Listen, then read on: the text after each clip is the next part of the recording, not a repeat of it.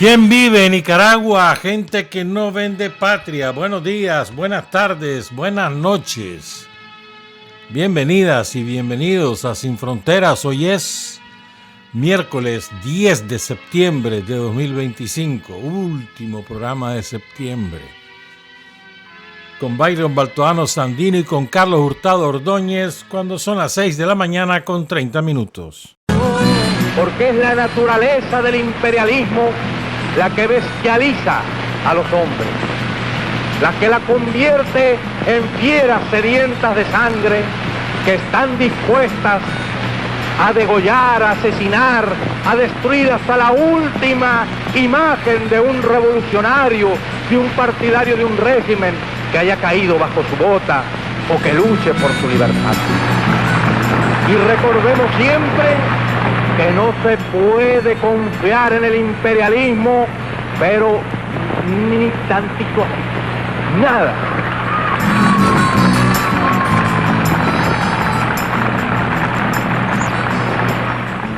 6 de la mañana con 33 minutos, un montón de cumpleañeros, empezando por la Tirsa, que ya va llegando al 7º piso.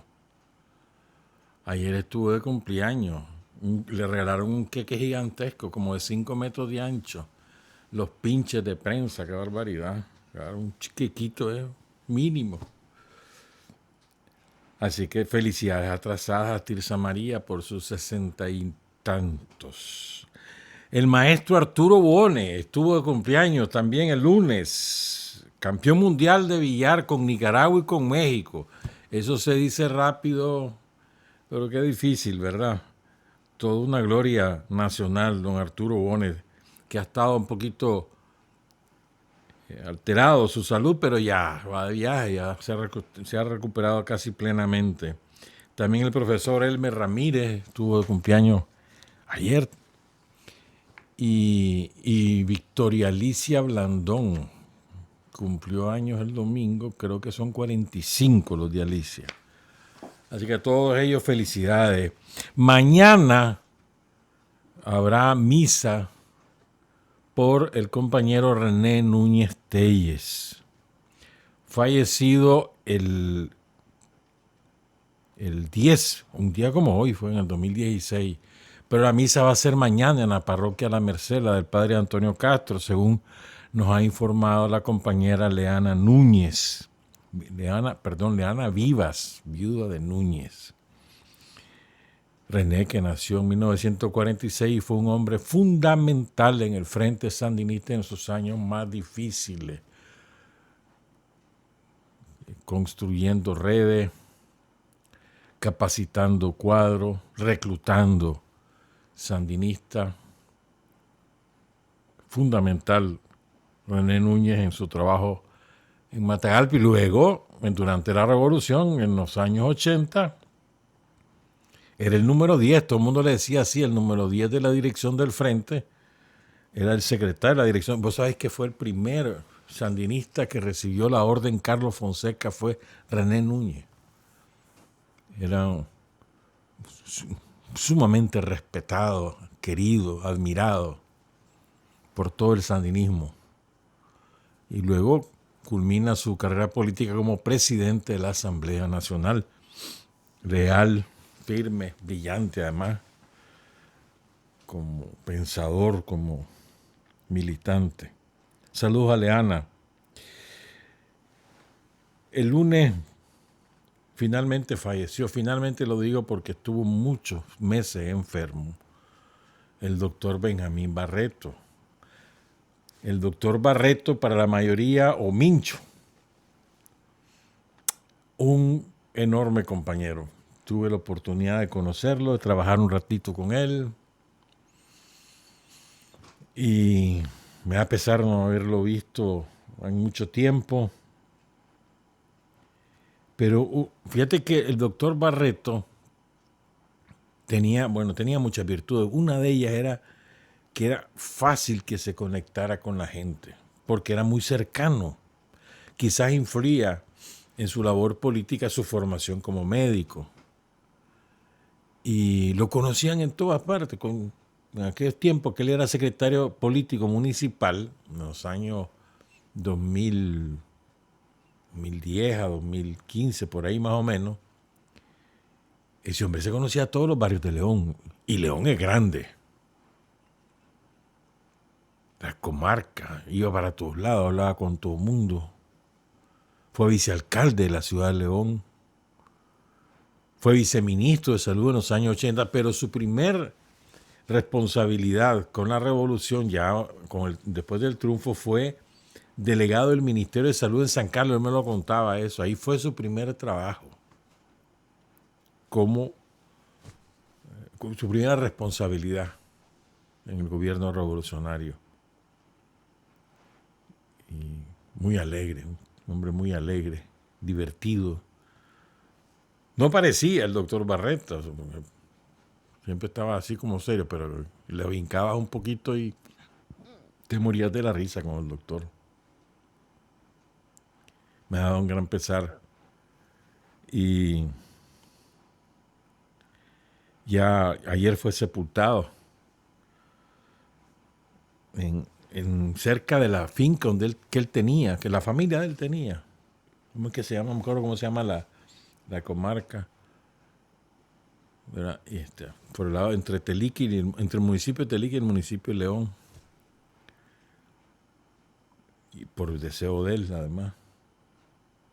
Con la orden José Dolores Estrada, Batalla de San Jacinto, con la orden Rubén Darío, con la orden de la Alcaldía de León. Y les quiero presentar un pedazo de este video, porque me estaba contando Filiberto Rodríguez, el teatrista, me aclaró, él dice, yo no soy actor, soy teatrista. Diputado del Frente Sandinista Leonés. Me estaba contando Filiberto que este video que les vamos a presentar, que fue tomado el 5 de mayo, de 2020. Ese día, me dice Filiberto, se reconciliaron los dos personajes de este video.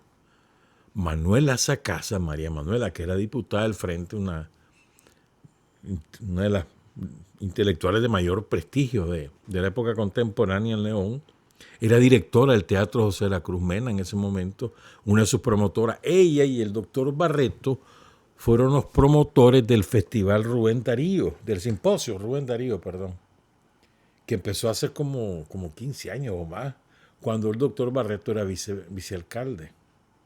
Entonces andaban peleados por quién sabe qué razón. Y entonces ese día se reconciliaron. Y parece mentira, 17 días después de ese baile, falleció María Manuela Sacasa. De manera que ya los dos han partido. Oigan y vean este videíto. Porque puso Rubén su sandalia para con gloria por todo el oro del mundo, no cambiaría mi Dios. Lo quiero con amor profundo, desde el cero de toda mi nación. León puede ser abatido, pero nunca vencido. ¡Viva León! ¡Jodido! León puede ser abatido, pero nunca vencido. ¡Viva León! ¡Jodido!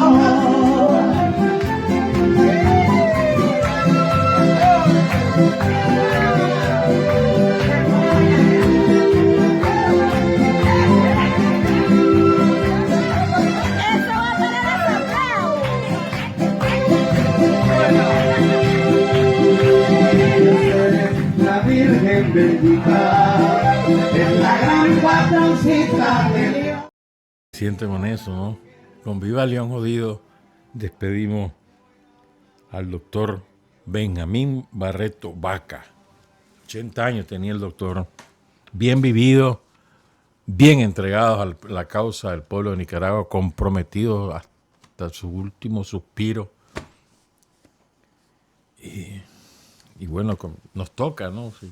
Somos de la muerte.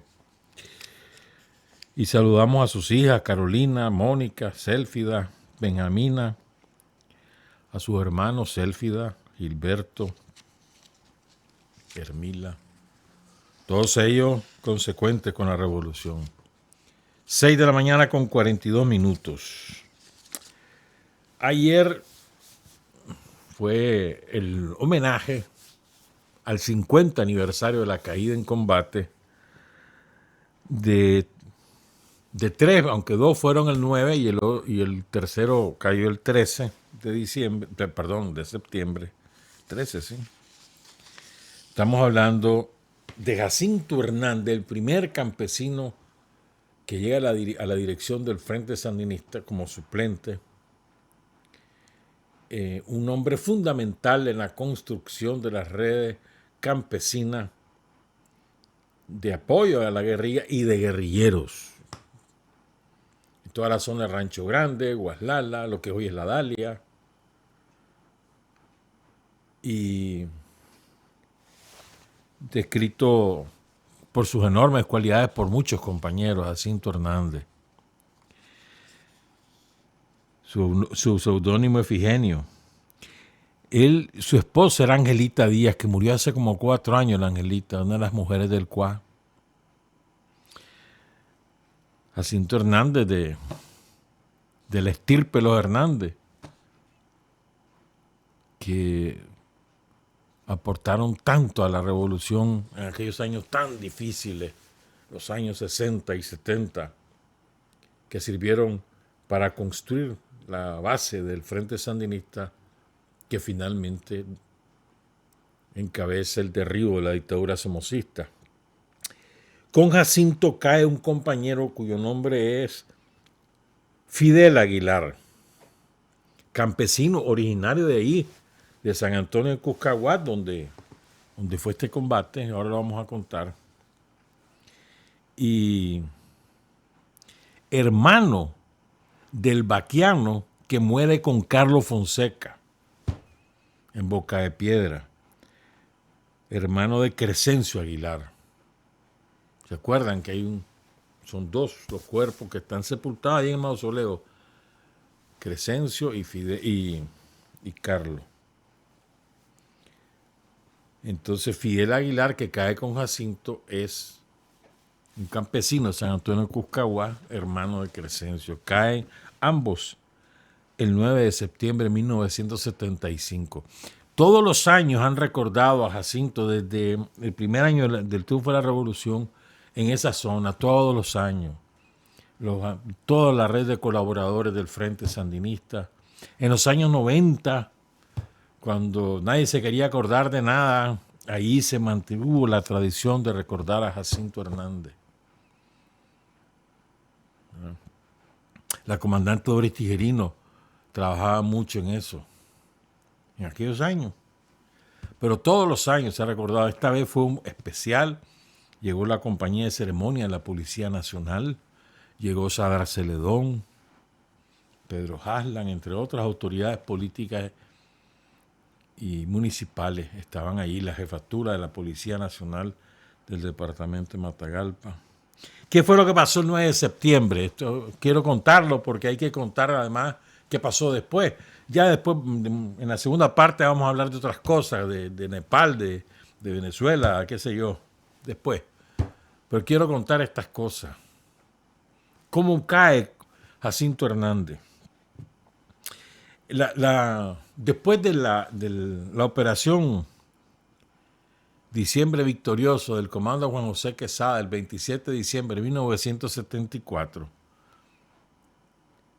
después se inicia una represión salvaje, pero al mismo tiempo, poco antes de esa acción hay un asalto guerrillero a un cuartel de la Guardia en Abisinia, encabezado por Carlos Agüero, poco antes del 27 de diciembre. Después se desata la enorme represión, pero además hay otro ánimo en la fuerza guerrillera en aquella zona, y hay una insistencia de parte de los guerrilleros de que hay que pasar a la ofensiva. Uno de los que impulsaba esta idea era Víctor Tirado, Carlos Agüero, Jacinto Hernández,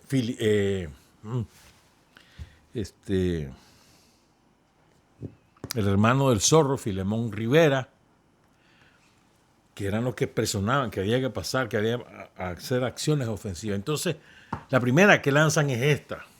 Estamos hablando en medio de toda la represión. En esa emboscada, le hacen una emboscada a la guardia. Era una patrulla como de 16 individuos. ¿Ya? Entonces, y los agarraron chiche. En esa emboscada participan Víctor Tirado, que es el jefe.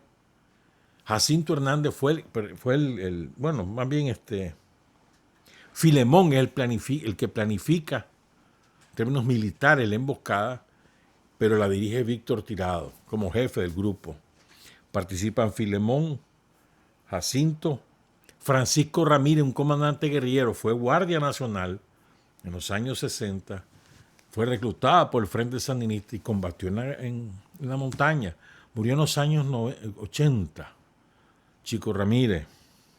Facundo Picado, que cae en Estelí.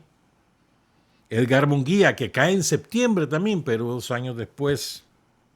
Alvarito Hernández, que cae con Cristóbal Banega en el helicóptero, ahí en Jinotega, en el 83. Serafín García, que aún vive, parte de los que estaban en Andaime, que se sale porque tiene un dolor de muela.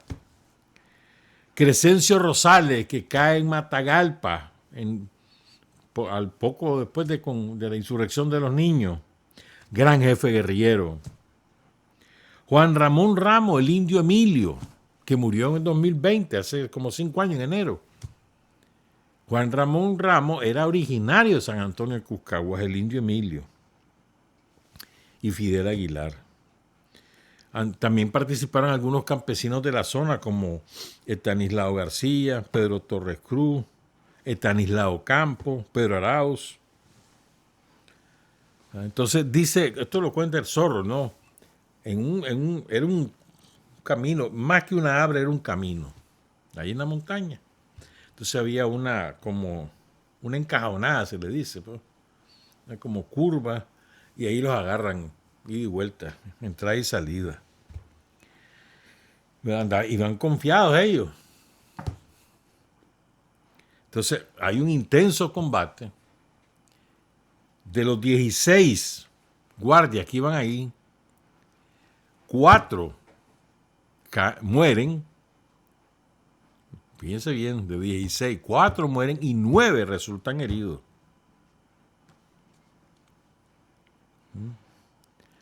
¿Quiénes mueren ahí? Un oficial de la guardia que después lo promueve Somoza a capitán. Y 3 soldados que los promovía a sargento. Cuenta el Zorro. Cuando el combate estaba decidido, Jacinto Hernández se lanzó al asalto en el afán de recuperar una ametralladora Browning, una pieza codiciada para quienes peleaban con armas de poca categoría. Pero Jacinto se lanza, o sea, ya está terminado, ya está inclinado el combate. Solo hay 3 guardias ilesos que salieron huyendo. Y los heridos están tendidos, pues, y algunos se logran ir heridos. Entonces están tendidos varios cuerpos, y uno de los cuerpos tiene una ametralladora Browning. Entonces Jacinto, pensando en que sus otros compañeros tengan mejores armas, porque las que andan, algunos de ellos son armas de cacería, entonces se lanza a buscar la ametralladora Browning, y detrás de él se va Fidel Aguilar. Ninguno de los dos se percata que uno de los guardias que él supone muerto no está muerto. Y desde el suelo herido, tenía una ametralladora, los mató a los dos. Así cayeron Jacinto y Fidel. Y dice el Zorro,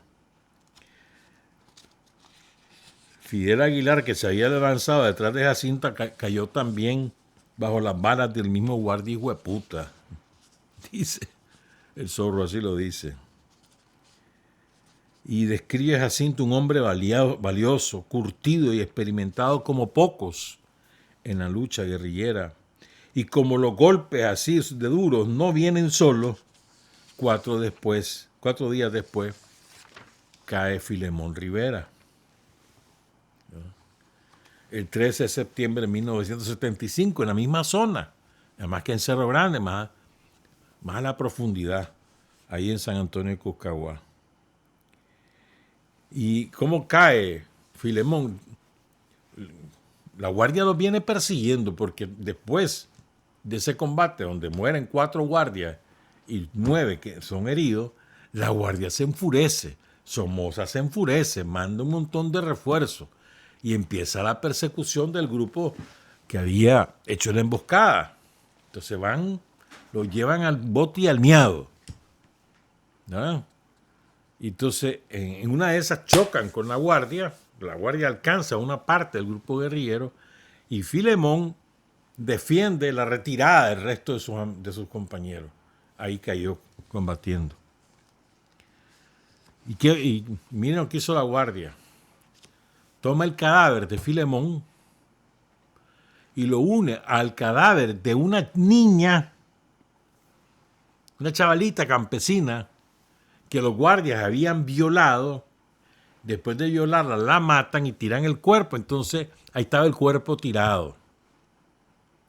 Y después a una señora, una campesina también, la habían sacado de su casa, y esto lo cuenta el Zorro, y la habían asesinado. O sea, la sacaron de su casa, es decir, del rancho. La sacaron, la asesinan, juntan el cuerpo de la compañera y de la niña con el de Filemón y les pegan fuego a los 3. No quedaron ni ceniza. Y dice el Zorro, Filemón Rivera Quintero y Jacinto Hernández eran los lugartenientes del viejo Tirado López, uña y carne los 3. La guardia desplegó varias patrullas desde Río Blanco en persecución de la columna. Y los guardias cercan a Filemón, que va con 3 compañeros más, y ahí es donde cae. Ese fue el costo que hubo que pagar al retomar la ofensiva contra la guardia. Las vidas de Jacinto Hernández, de Fidel Aguilar y de Filemón Rivera. Entre ellos los 2 más cercanos colaboradores y amigos del comandante Víctor Tirado López, muy queridos por él.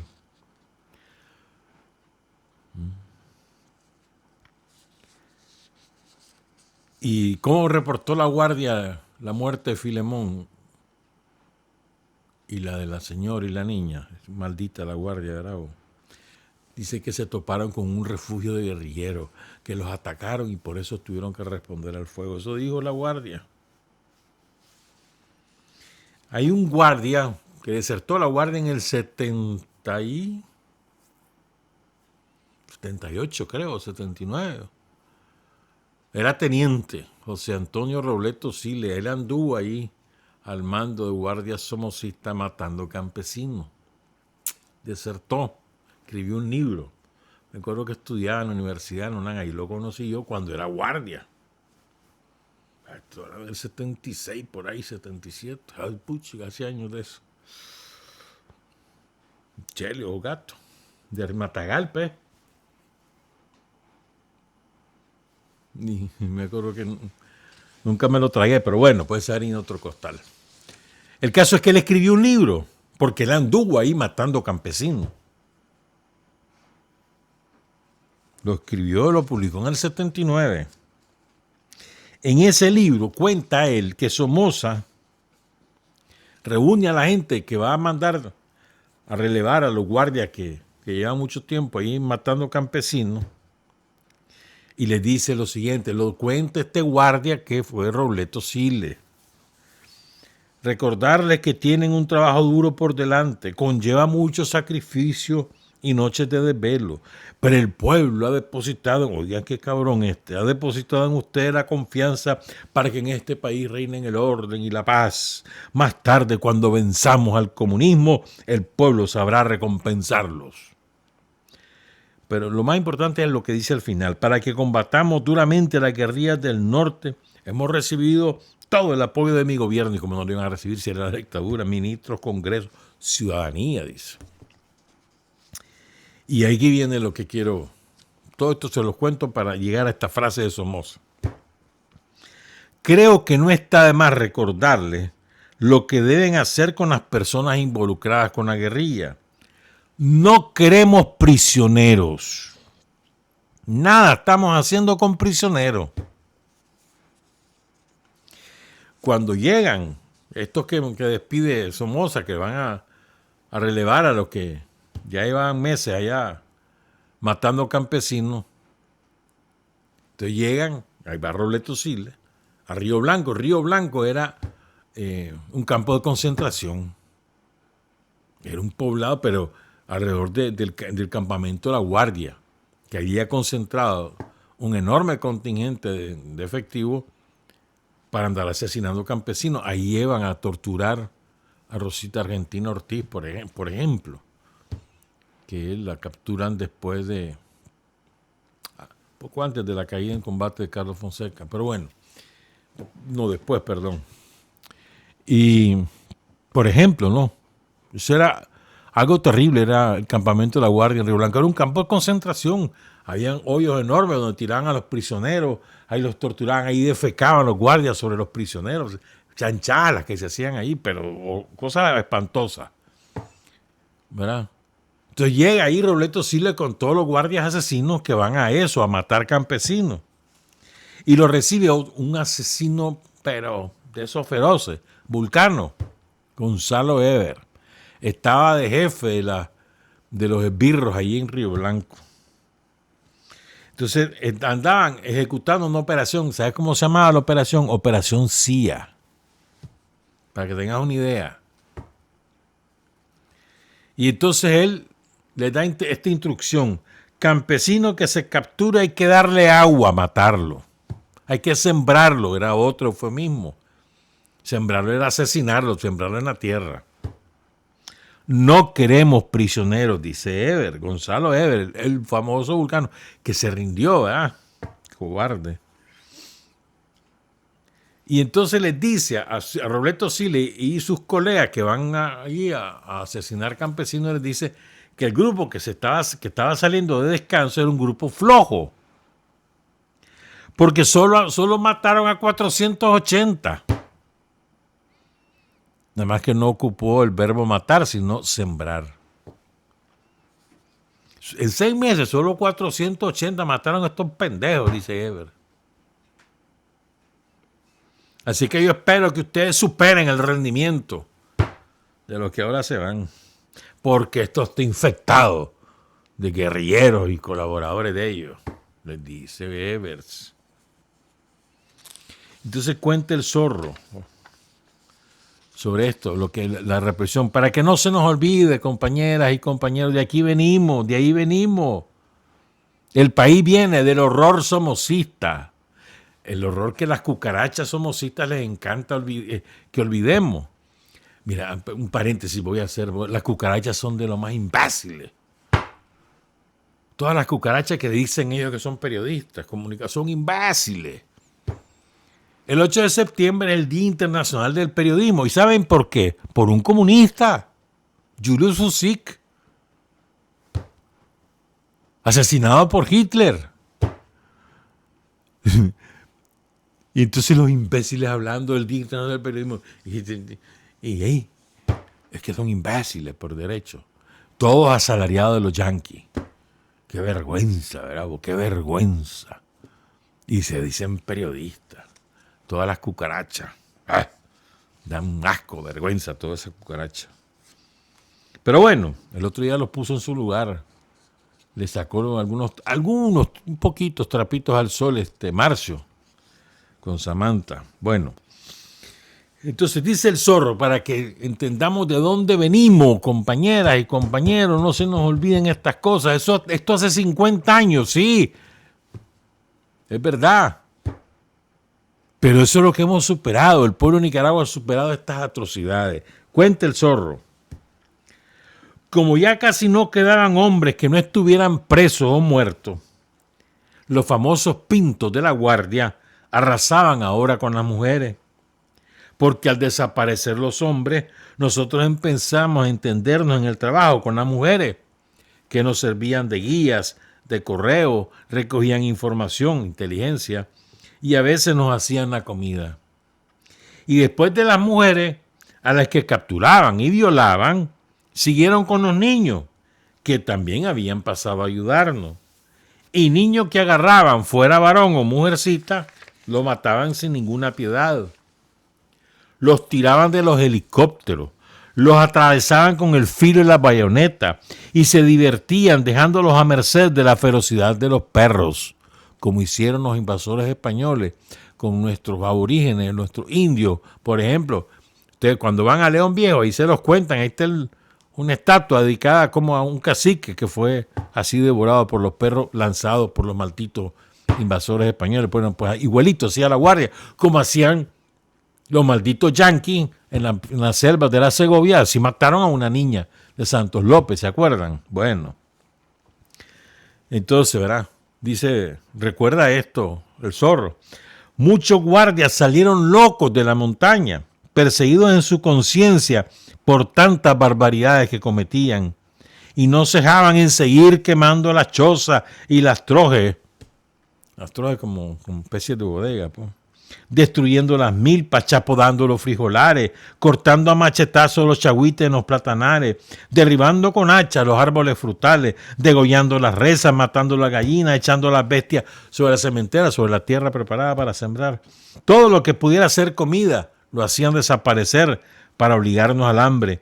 Y también pasaron a controlar estrictamente la venta de provisiones de boca en los comisariatos. Nadie podía presentarse a comprar en un comisariato con un billete de 100 córdobas, porque eso era delito. Le echaban preso, torturaban, mataban. Son más de 3,000 los que mataron en 2 años ahí, en la zona campesina. 3,000 de la época, que equivale ahora. Imagínate que Nicaragua tenía como 2,5 millones menos de habitantes. O sea, comparado, el triple, pues. Sería ahora 3,000, 9,000 asesinados equivalentes, pues. Y oigan lo que cuenta este guardia, Robleto Siles. Desertó de la guardia, sí, eso no le quita su pasado criminal. Espérenme, tomo un café. Dice Robleto Siles.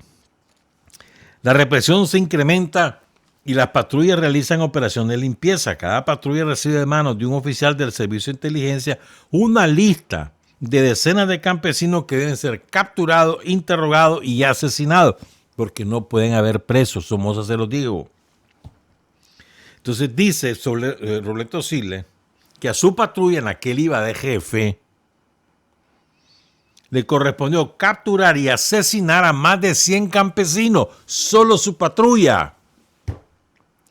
Entre ellos, dice, un señor Coto de la mano derecha, quien informa a los guerrilleros de los movimientos de las patrullas. Llega a Guaslala a hacer sus compras y hasta en el comando de la guardia había estado. Dice Robleto Siles que él supo de otra patrulla que capturó un finquero de apellido Guido, dueño de una buena finca de ganado, quien fue sometido a tortura. Según Robleto Siles, terminó confesando su participación como colaborador de la guerrilla.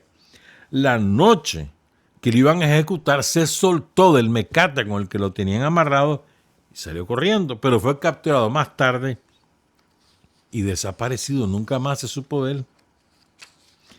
El Coto al que él había capturado, le decían el Cotillo los guardias, no dice el nombre, cayó en una emboscada de la patrulla Robleto Siles, que se le presentan al Coto, no dicen el nombre, repito, como que si son guerrilleros, se disfrazan de guerrilleros y así lo agarran al hombre. ¿Verdad? Y entonces también agarran a otro campesino que había llegado a la zona buscando cuál era la contraseña con los guerrilleros y lo agarran. Ambos son sometidos a torturas inenarrables. El mismo Robleto Siles dice que eran sádicas. Y una de las cosas que describe Robleto Siles es que agarraban una aguja, una de las agujas grandes hipodérmicas, pero no de las de inyecciones, esas, de la gruesa, de esas que usan para, por ejemplo, para bloquearte los nervios en la columna. Una cosa. Y le atravesaban el pene con eso. Los que somos varones nos podemos imaginar eso. ¿Te imaginas eso? Bueno. Y nosotros hablando que los mataban y después, no, vivo, para que sufrieran. ¿Cómo mataron al pobre Cotito? ¿Sabes lo que hicieron estos malditos? Agarraron insecticida. Lo pusieron en una jeringa y le pusieron una inyección intravenosa. O sea, le inyectaron insecticida en la sangre. Así lo mataron. Y sigue contando capturan a Francisco Cruz, Rosaura Torres Velázquez, que eran los padres de un famoso guerrillero en aquella zona, Pedro Torres Cruz.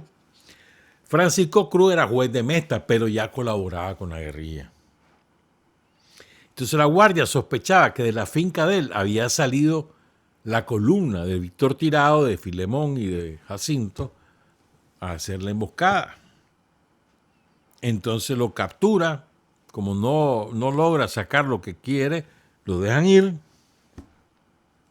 Pero a los varios días caen en el rancho de Francisco Cruz, perdón, de Pedro, los papas, sí, de Francisco Cruz, los papas de Pedro Torres, Francisco Cruz y Rosaura Torres, caen en el rancho, agarran a la Rosaura, que andaba embarazada, agarran a uno de sus hijos, una niña de 2 años,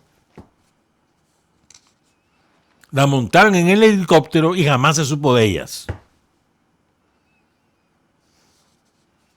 Después quemaron el rancho y los otros chavalos que habían logrado huir vieron a lo lejos cómo quemaban el rancho y cómo se habían llevado a su mami y a su hermana. Los chavalos habían logrado escapar y se escondieron en un cacaotal, un sembradío de cacao que había.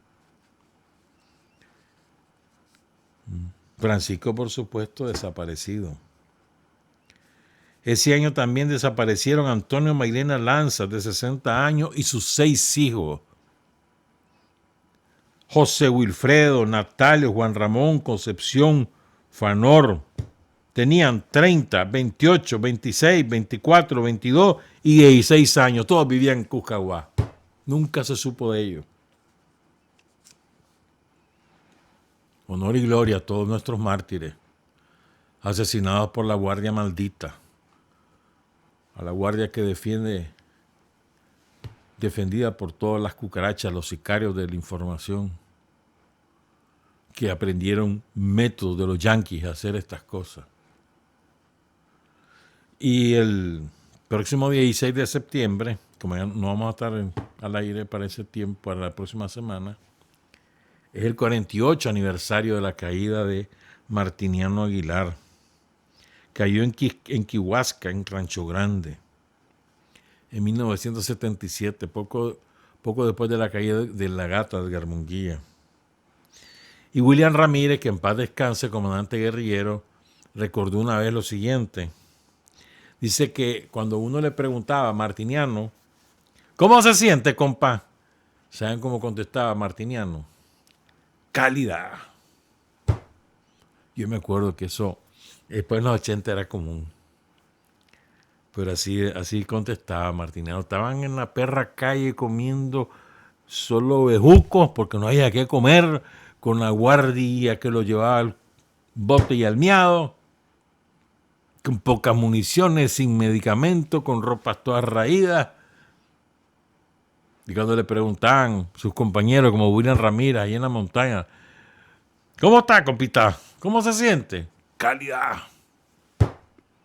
Lindo, lindo, lindo. William Ramírez contaba eso de Martiniano Aguilar. Regresamos pues con las cosas internacionales y con San Jacinto, son las 7:12. Hay hombres que luchan un día y son buenos. Hay hombres que luchan un año y son mejores. Pero hay hombres que luchan toda la vida Esos son los imprescindibles.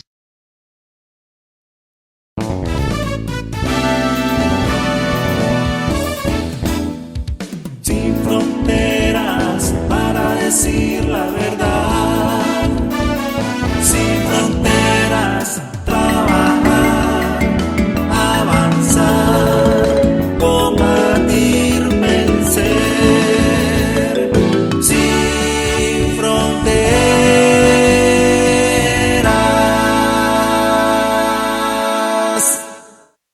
7 de la mañana con 16 minutos. Hablemos un poquito, pues, de tanta barbaridad que está pasando en el mundo, ¿no? A Venezuela, que la tienen con un bombardeo, una guerra psicológica que le han sembrado. Uy, uy, ahí vienen los gringos, ahí vienen los gringos, ahí tenemos tantos buques, tantos misiles, no sé qué, no sé cuánto. Y la guerra interna a nivel informativo, que es salvajada, se están defendiendo con mucha beligerancia los bolivarianos, pero esa guerra es todos los días, todos los días. Solo me acuerdo que así nos tuvieran a nosotros en los años 80. Ya vienen los gringos, ya vienen los gringos. Y era una tensión en la sociedad, pues lógico. No era que le tuviéramos miedo, pero eso significaba una guerra total. ¿Cómo? ¿A quién le gusta la guerra? Si la tenés que enfrentar, ni modo, para eso te preparás, hermano. Si estos malditos van a venir, ¿quién tengo que preparar para evitar que vengan? Porque el mayor factor disuasivo de una agresión es que vos estés preparado, que sepan que si se meten, se jodieron. Que sepan. Ese es el mayor factor disuasivo. Y es lo que ha hecho Venezuela. O sea, 5 millones de milicianos, ejército, Fuerzas Armadas, tienen armas. Ellos se han preparado. Tienen drones, tienen misiles. Lo que pasa es que no lo dicen, pero los tienen. Y los yanquis lo saben. Y además lo que están haciendo es provocando para ver si Venezuela, si algún gatillo caliente por ahí se le va algún tiro, le pegan alguna lancha, algún buque de ellos, y entonces se armó el San Quintín. Provocando. Guerra psicológica y provocación. Y la revolución bolivariana resistiendo. Es impresionante la valentía de ese pueblo, ¿viste? Impresionante. Siempre hay sus ratas, que en todas lados hay ratas. Ratas y cucarachas, ¿verdad? Aquí tenemos, bueno, aquí ya no tenemos, bueno, sí, las escupimos a esas. Las vomitamos. No, hombre. Pero bueno, pues, eso ahí en Venezuela, que eso va a estar un buen rato. Eso no es mañana. Además, inventando chochadas. Ay, que Maduro, que el cartel de los soles, un montón de inventos y para que se lo crean. Ya se les desmontó eso y se les ha caído bastante el discursito. Ya no están hablando del cartel de los soles que no existe, pues. Entonces ya se les cayó, ¿verdad? Pero además, ellos bien saben que la mayor cantidad de droga sale de Colombia, se va por Ecuador y de Ecuador va para Estados Unidos y para Europa.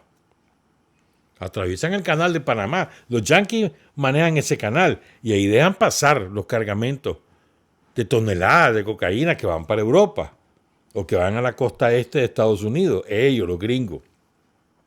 ¿Dónde lavan el dinero? En Estados Unidos. Banco que se las dan de muy así, saco y corbata. Andan altruistas, andan patrocinando cosas culturales, películas, y son un montón de lavanderos. Del tráfico de cocaína, del tráfico de personas y del tráfico de armas. Banco, fuerzas policiales, servicio de aduana, el ICE, famoso ese ICE que anda matando y persiguiendo inmigrantes, corrupto, también manejan, son parte de los que manejan el ingreso de drogas a Estados Unidos. ¿Qué van a contar? La DEA cubriendo la ruta y no tienen 7 bases militares los yanquis en Colombia, pues. ¿De dónde cree que salen? La droga, ¿quién las protege? Esas bases. Sí, hombre. Es que creen que uno es idiota por derecho. Hay suficiente información. Marco Rubio, semejante delincuente, narcotraficante, Es una vergüenza. Bueno, pues si tiene un jefe delincuente. Trump es otro delincuente. Entonces, dos delincuentes se unieron. Pues dos ratas, los dos. Pero bueno, pues eso va para largo. ¿Viste? Esa guerra psicológica, esas provocaciones van a estar para largo. Y depende de la fortaleza del pueblo venezolano, del gobierno venezolano, la fortaleza para resistir, hasta que estos babosos estén obligados. Vas a ver, van a tener que salir sin hacer nada más. ¿Por qué quieren a Venezuela? ¿Ustedes qué creen? Que es por el narcotráfico y no sé, están babosos, hombre.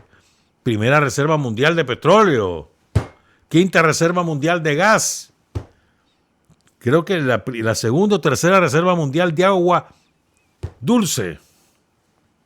La selva. Tierra para tirar para arriba. Eso es lo que buscan. Estás creyendo vos que, ay, que el droga, que la democracia, que no sé cuánto, que no sé qué. Oiga, baboso. No hay que quitarse la venda de los ojos y no le hagan caso a las cucarachas ni a los sicarios. Bueno, ayer, ¿verdad? Ustedes ya lo deben saber. O sea, el Estado sionista, ¿qué podés esperar de esos criminales? Si han aniquilado, exterminado al pueblo palestino, van 60 y pico mil de asesinatos. Vos podés esperar cualquier cosa del sionista. Pero además se nos olvida una cosa. El sionismo no existe sin Estados Unidos. No existe. Si mañana los yanquis dijeran, ve, ya está, pues, sionistas, no los vamos a apoyar, ese mismo día se derrumba ese sistema. Pero no va a pasar, porque el uno sin el otro no pueden dejar de existir. Perdón, no pueden existir. Los yanquis no pueden existir sin los sionistas y los sionistas no pueden existir sin los yanquis. Son una misma cosa, son dos. Es un mismo muñeco con dos jupas, con dos cabezas. Igual de criminales el uno y el otro. Igualitos son. ¿Vos te crees el cuento ese de que Netanyahu lanzó el ataque sobre la capital de Qatar, de un estado supuestamente aliado y amigo de Estados Unidos? ¿Vos te crees el cuento que lo hizo sin que los yanquis supieran? ¿Vos te crees ese cuento? Y sale el Trump diciendo, no, sí, yo me di cuenta, ahí nomasito se lo dije a mi enviado allí en Medio Oriente que le avisara al gobierno de Qatar. Le avisaron 10 minutos después de que había ocurrido el ataque, confesado por ellos mismos. ¿Vos te crees ese cuento? Por favor. ¿Por qué que Netanyahu va a hacer semejante operación contra un aliado contra un país que sabe que es aliado de su socio, que es Estados Unidos? ¿Vos qué que lo va a hacer así nomás? ¿Vos crees que los yanquis lo van a hacer sin que de previo hayan amarrado con el gobierno, con el jeque, lo que sea que hay en Qatar? Se hayan amarrado de previo, mira, va a pasar algo, no te arrecheo, ¿viste? Pero es necesario. Y dice el maldito Trump, por aquí tengo eso guardado, espérate. Dice el maldito Trump, eliminar a Hamas es un objetivo loable, dice el maldito. ¿Qué fue lo que pasó? Mira, Qatar, que es un país del Golfo Pérsico, pequeño y muy poderoso en términos de dinero. Ahí está la mayor base de los gringos, está allí.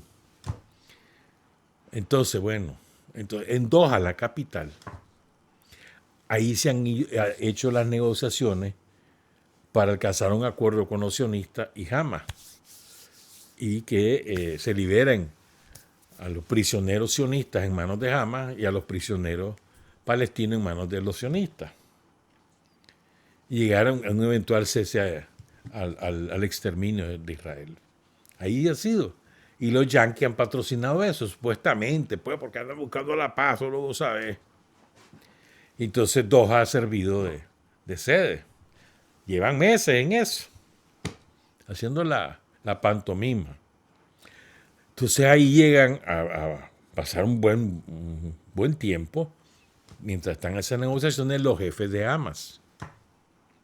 ¿Ya? Entonces, están en un hotel reunidos para discutir la contrapropuesta que le van a hacer a los sionistas y a los yanquis para llegar a un acuerdo final sobre los prisioneros de ambas partes, y pum, les lanzan 10, creo que fueron los misiles que impactaron para matarlos a los que están negociando. No lo lograron, a ninguno mataron a un hijo de uno de ellos, a uno de sus escoltas y a 3 personas más, pero ninguno de los dirigentes de Hamas lo lograron matar. Ahora te cuento por qué. ¿Vos crees que eso lo hicieron los yanquis y los sionistas sin avisarle antes a los de Qatar? Segurito estoy que se los avisaron. Mirá, vamos a hacer algo, no te arreché, no te puedo decir qué es, pero vos sabés que vos sos mi brother.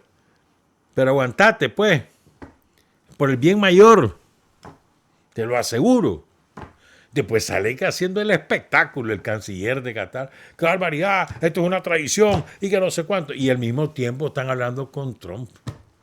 Lo llama y Trump y no, mira, ahí te mando un enviado, pues calmate, ya vamos a hacer el acuerdo, no te preocupes. No, hombre, es un asco. Todo contra el pueblo palestino, por exterminar al pueblo palestino. Pero no mataron a ninguno. ¿Y cómo pasó que no mataron a ninguno? Parece que el servicio de inteligencia de Turquía le avisó a Hamas que iba un ataque contra ellos en Doha. Y se lo avisaron con suficiente tiempo para que pudieran ponerse a resguardo. Parece. Por lo menos eso salió en las últimas horas. ¿Verdad? ¿Qué más? Querían matar a 5. Querían matar al que está de jefe ahora, a Khalil al-Haya, que era el segundo de Yahya Sinwar, asesinado el año pasado, el 16 de octubre, ahí en Gaza. Querían asesinar a Yaled Meshal, que ya lo quisieron matar en Jordania y logró sobrevivir. A Mohamed Darwish, que es el jefe de la Shura, del Consejo Consultivo de Hamas. Y a Nizar Aguadalá, uno de los fundadores de Hamas. Pero bueno, pues, sale el baboso ese primer ministro ahí de Qatar. ¡Ay, qué barbaridad! Lo que han hecho, que no sé cuánto. Oh, chica, hace el show. La verdad es que eso estaban complotados. Olvídate que eso es así nomás, que los yanquis van a dejar que Netanyahu le lance unos misiles a Doha. ¿Vos crees? No, hombre. Está como creas el cuento de que las Torres Gemelas fueron derribadas por los de Bin Laden, que no sé cuándo. ¿Cómo te vas a creer ese cuento? ¿Sabes quién salió? Ya está convencido de que fueron los sionistas. Tucker Carlson, el periodista famoso ese, que partidario de Trump. Yo me acuerdo que nosotros aquí en la radio dijimos desde el primer momento, desde el propio 11 de septiembre, esto es mano propia, trabajo interno, me acuerdo muy bien de eso, pero bueno, pues. Bueno, y luego está lo de Nepal, para cerrar, y después vamos a hablar de San Jacinto, les vamos a contar cosas poco conocidas. Empiezo con Nepal, pues. Mira, acordate que en Nepal hubo una revolución que duró, una lucha armada de muchos años. Derribaron a la monarquía. En Nepal había una monarquía y la derribaron. Eso fue entre,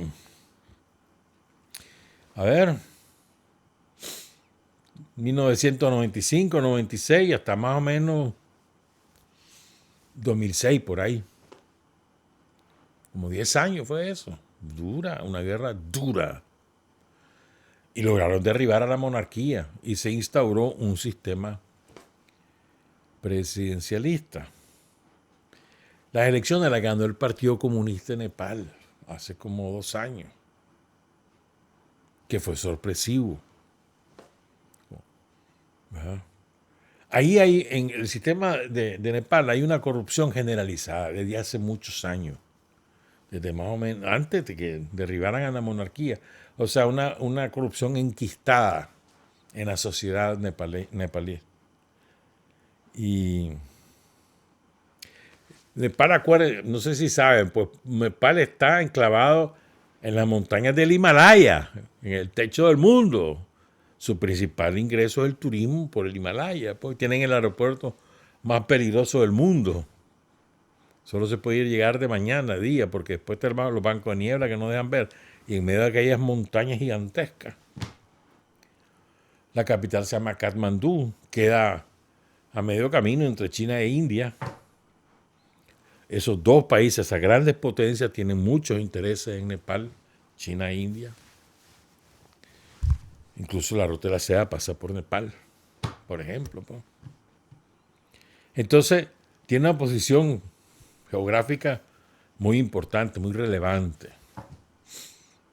Y repito, pues una sociedad descompuesta, esa es la verdad. Y el Partido Comunista comenzó a formar parte de eso. Entonces, ¿qué pasó? La sociedad, el gobierno, bueno, y por otro lado hay una enorme pobreza, que es lo más importante, enorme pobreza. Una desigualdad social muy profunda. Y entonces, ¿cómo trabajan los yanquis? Los yanquis ya no necesitan cañoneras para derribar gobierno. Les basta con las redes sociales ahora.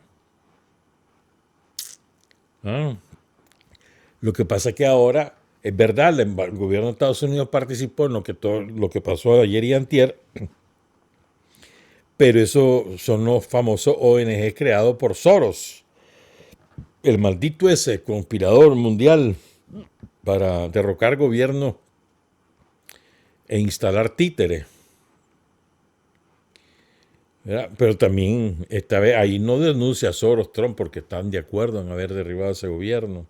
El ejército ya tomó control de la situación, decretó los toques de queda, ahí andan patrullando, ya se calmó. Pero lo que ha pasado es horroroso. Quemaron viva ahí a la esposa de un ex primer ministro, que la quemaron viva dentro de su casa. Era un palacio, un palacete. Pues. Al que era ministro, creo que de Economía, lo lincharon, lo tiraron al río. Fueron atrocidades las que se vieron, incendiaron lo que se te ocurra. Sobre todo jóvenes, pero se sumaron también los adultos, pues eran montones de gente en las calles, montones.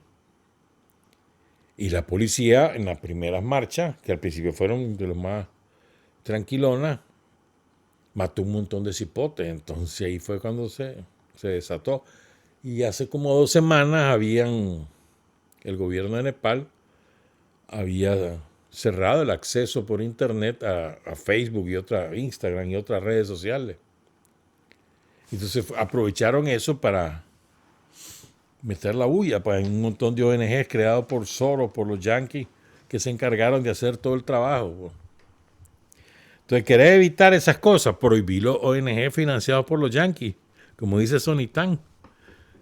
Sí, hombre, sin miramiento. ONG financiado por entidades como los yanquis, la Unión Europea, vos lo ilegalizáis, ya está, porque no, ya está. Caiga quien caiga, ya está. Sí, hombre. De ahí no hay que andar con miramiento. Entonces, ¿quién quieren poner ahí de primer ministro? Ya esto está difícil que ocurra. Ya después decimos eso, pero ¿a quién quieren poner? Al que es el alcalde de Katmandú, que ganó las elecciones con estos ONG. Y aprovechando que es un cantante rapero, pues, entonces, popular. Se llama Balendra Shah. ¿Verdad? Y es brother del embajador yanqui en Nepal. Brotherazo. Aparecen fotos a cada rato y no sé qué, y que la embajada gringa les va a ayudar en esto y no sé qué. Y es el que van a poner, dicen ellos. Pero mentira, mano. El ejército toma control de la situación. Probablemente lo que va a ocurrir ahí es elecciones anticipadas. Pero difícilmente ahí van a lograr los yanquis tener un gobierno dócil por los intereses que hay tanto de India como de China, más de China. Y la dependencia que hay de Nepal para poder salir de esa miseria en la que está, la dependencia de que China tenga inversiones fuertes ahí. Pues. Además que tienen un pleito en la frontera occidental, pues, con China y la India. Hace como 30 años empezaron esos pleitos. En un territorio que se llama Calapani. Bueno. Entonces ahí, repito, pues lo más probable es que ahí el ejército tome el control, quizás incluso asuma el poder. Probablemente, y tal vez de un espacio, de un tiempo para hacer elecciones, probablemente, pues. Quizás por ahí va a ir la cosa, vamos a ver. Bueno, son las 7:35. Ve, antes que... Ahí te voy a contar, bueno, cuando regresemos a Sin Frontera, quién sabe, tal vez en octubre, noviembre, no sé. Les voy a contar algunas otras cosas que nos hemos ido dando cuenta, pero no quiero dejar pasar esto. Porque miren lo que es el verano, nos hacen pensar a nosotros en cosas que tienen importancia relativa y no nos percatamos que ante nuestros ojos están ocurriendo cambios monumentales que van a cambiar la vida y la historia de la humanidad y no nos damos cuenta. Te voy a dar un ejemplo, pues. Esa vacuna contra el cáncer que ya crearon los rusos, eso va a cambiar la vida de millones de seres humanos. Pues, ¿vos sabés lo que es? Que te vacunás para que no te dé cáncer. Y son los rusos. ¿Y qué pasa? ¿Por qué lo logran los rusos? Porque ahí no hay interés de la farmacéutica.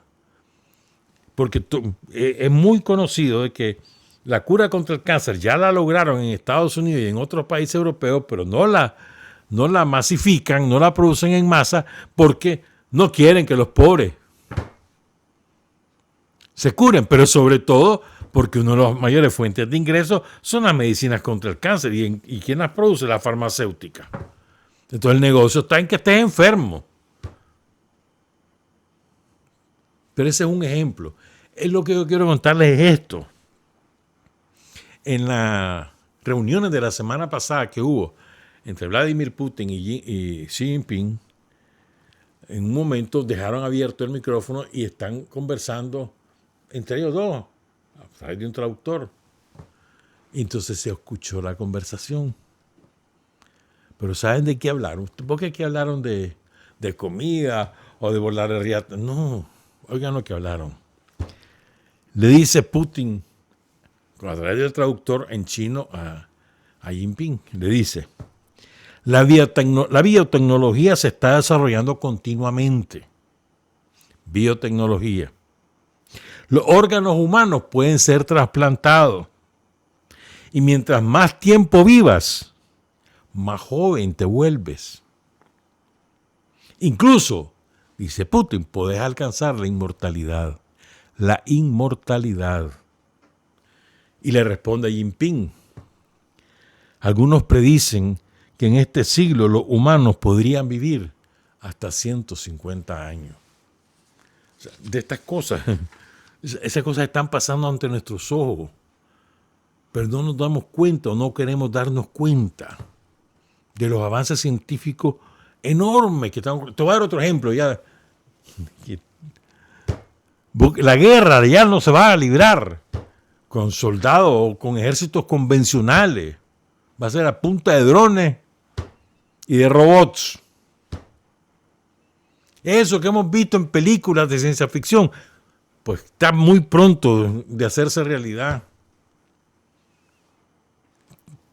Y todo eso está pasando. Y nosotros nos fijamos en que si la fulana botó la taza o que el sultán no se fue con la... No, hombre, hay que alzar los ojos, la vista, abrir la mente, enterarse de otras cosas. Bueno, son las 7:39. Quiero hablar de San Jacinto, de varias cosas poco conocidas. Bueno, recordarle la historia de Carlos Fonseca con San Jacinto, que creo que es una historia que debe ser recuperada con fuerza, porque quien hace de San Jacinto una efeméride antiimperialista y nacional es Carlos Fonseca, con Guillermo Rocío Tablada y el claustro de profesores del Ramírez Goyena. Hasta 1955, el año que llega Carlos al Goyena, llega a trabajar como bibliotecario en mayo de 1955. Hasta ese año, el 14 de septiembre, solo era pues, feriado, pues los desfiles y feriados. Para la gente era una efeméride más, pues. Pero nadie tenía conciencia del significado de la batalla de San Jacinto. Es más, la hacienda de San Jacinto abandonada totalmente. Nadie iba a la hacienda de San Jacinto.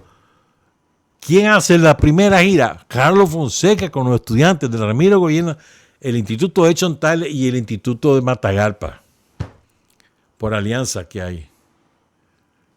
Bajo el padrinazgo de Guillermo Rochú Tablada, que juega un papel fundamental en la formación de Carlos y en esto que estamos hablando de San Jacinto. Y el claustro de profesores, que por cierto, tanto el claustro de entonces, junto con el propio Guillermo Rochú, tuvieron una enorme influencia de los españoles republicanos que habían venido para Nicaragua tras la imposición del fascismo en España. De aquí vinieron a parar algunos republicanos. Influyeron mucho en muchos maestros. Bueno, el caso es pues Carlos Fonseca, Guillermo Rochú, incluso hicieron como una obra de teatro, en serio. Eso lo cuenta Roberto Sánchez, que en paz descanse. Roberto ya murió hace como casi 10 años que murió Roberto. Periodista e historiador. Y entonces, porque Roberto estudió en el Goyena. Ahí estudiaba, por ejemplo, Jorge Navarro, que le decían Navarrito. Ahí se conoce con Carlos Fonseca, por ejemplo. ¿No? O sea, por eso es tan importante esa lazos de amistad, esas relaciones personales que se van forjando y que después alumbran al Frente Sandinista, como Francisco Moreno, Silvio Mayorga, tantos compañeros. En esa obra de teatro, en esa primera gira a San Jacinto, ahí andaba Tomás. Entonces, se van a San Benito. Hasta ahí la carretera pues seguía de viaje, ¿verdad? Hasta Matagalpa. Era una carretera muy angosta y además culebreada, sobre todo en la parte de la Cuesta del Coyola. Ahí murió montones de gente en accidentes de tránsito, hasta que después se anchó esa carretera. Pero bueno, no es eso lo que quiero contar. Caso que se van en San Benito y después a pie. Ahí no había caminos para llegar a San Jacinto, por vereda, aquel mozote. Tuvieron que buscar a gente que conociera para no perderse. Carlos Fonseca llevaba una brújula y una pistolita. Y era el jefe, fue él. Y hicieron todo el parapeto. Había uno que era hijo de un alemán, que era todo chele, ahí se le asignaron el papel de ser el jefe de los gringos. El Byron Cole. Por el hombre. Y que casi lo matan, porque lo subieron a la fuerza, un palo, y casi lo dejaron caer y casi se matan. De verdad, el hombre, pobre hombre. Pues. Ahí pasaron de todas cosas, pero bueno, Carlos Fonseca es el jefe de eso. Entonces, con la brújula, dice, si nos perdemos, nos salva Carlos. Y si nos atacan, nos salva Carlos porque con una pistola. Chavalero, ¿verdad? Dice Roberto, si nos sale un león, el flaco lo mata con una pistola. Y si nos perdemos, nos saca con la brújula. ¿Verdad? Pero además, Carlos se tomó muy en serio esa expedición a San Jacinto, 14 de septiembre de 1955. La primera vez que se hizo gira a San Jacinto. El año siguiente fue el centenario. Incluso Somoza, Tacho Viejo, quiso ir a un acto que hicieron Carlos y los demás allí en San Jacinto. Le dijeron que no, y como a la semana lo estaba ejecutando Rigoberto López Pérez.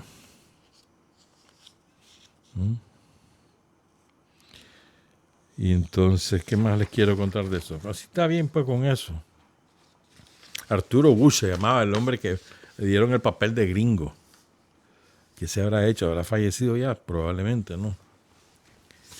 Se dice que Carlos, porque hacían todo, o sea, toda la obra de teatro era de verdad. Entonces, iban como nicaragüenses defendiendo al país frente a los yanquis, iban avanzando, y entonces en la medida que avanzaban y se suponía que los otros retrocedían, Carlos Fonseca arengaba por la patria, no sé cuánto, o sea, era en serio, que se la tomó totalmente en serio. Y entonces cuenta Roberto Sánchez que algunos que le dieron el papel de gringo, vos vas a ser filibustero, entonces tenían que caerse muertos, pues, porque los mataban los patriotas y se caían sobre hormigueros. Entonces se caían y resucitaban ahí nomás. Y imagínate vos caerse sobre un hormiguero de esas hormigas de monte, hermano, que son mortales. Y entonces el año siguiente, Carlos Fonseca encabeza una colecta popular y logran reunir el dinero para que Edith Cron le haga una estatua a Andrés Castro, y es la estatua que está ahí en la entrada de San Jacinto, la estatua de Andrés Castro, la Edith Cron, y esa la pusieron los chavaros del Goyena, Carlos Fonseca a la cabeza. Ahí fue cuando quiso estar Somoza García, mandó a pedir que quiero estar ahí, estás loco, viejo maldito dictador sangriento, y a la semana lo estaba ejecutando Rigoberto. Bueno, estamos claros, pues. Hay que recordar a Carlos Fonseca también, vinculado a San Jacinto. A las 7:46. Ahora quiero contarles estas otras cosas. Miren, la tradición de los oligarcas en este país chorrea sangre, hermano. Y empezó de antes, pues, pero en la guerra nacional, la guerra contra los filibusteros, se manifestó de distintas formas. No solo la tradición de traer a los filibusteros, que lo hace Máximo Jerez y los legitimistas. No solo eso, ya eso es asqueroso, sino que después, en esos 2 años, las traiciones que hubo de uno y otro lado fueron a la orden del día. Les costó la vida a los traidores. La traición no paga, hermano. Las cucarachas tienen que acordarse, tienen que leer la historia para ver cómo terminan los traidores. Fíjense, esto es importante, ¿ah? Walker toma Granada. Antes, no estamos hablando de la quema de Granada, que eso ya en el 56. Lo toma Granada en el 55, el 13 de octubre. Y entonces había los legitimistas, los conservadores, los timbucos, pues, estaban divididos, ¿no? Había una cámara, la de Trinidad Muñoz, y los liberales, los democráticos le llamaban, de León, tenían su asamblea, son los que trajeron a Walker,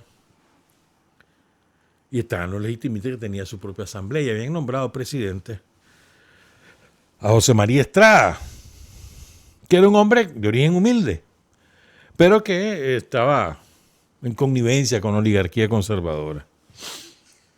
Y entonces fue 2 veces presidente por cortos periodos, pero bueno, esta vez lo nombran presidente en marzo de 1856. Perdón, 55. Fue diputado presidente de la República del 1 de junio del 54 al 9 de abril del 85, poco menos de un año. Luego fue presidente de la Asamblea Constituyente del Estado en el 54, antes de los pleitos. Después, en 1856, en junio, los legitimistas instalan una junta de gobierno y él fue el presidente. 29 de junio, en Somotillo. Entonces este hombre se va después a Ocotal y en Ocotal lo asesinan. ¿Estamos? Al que está presidente en ejercicio. Este hombre, José María Estrada, había mandado a Ponciano Correr, que era un jefe militar, un caudillo militar muy reconocido en la época, había vencido a los legitimistas en una batalla ahí en Rivas, lo nombra para que vaya a negociar con Walker. Ya Walker se ha hecho del poder. Entonces, para que pongan cuidado, para que vayan a negociar con Walker.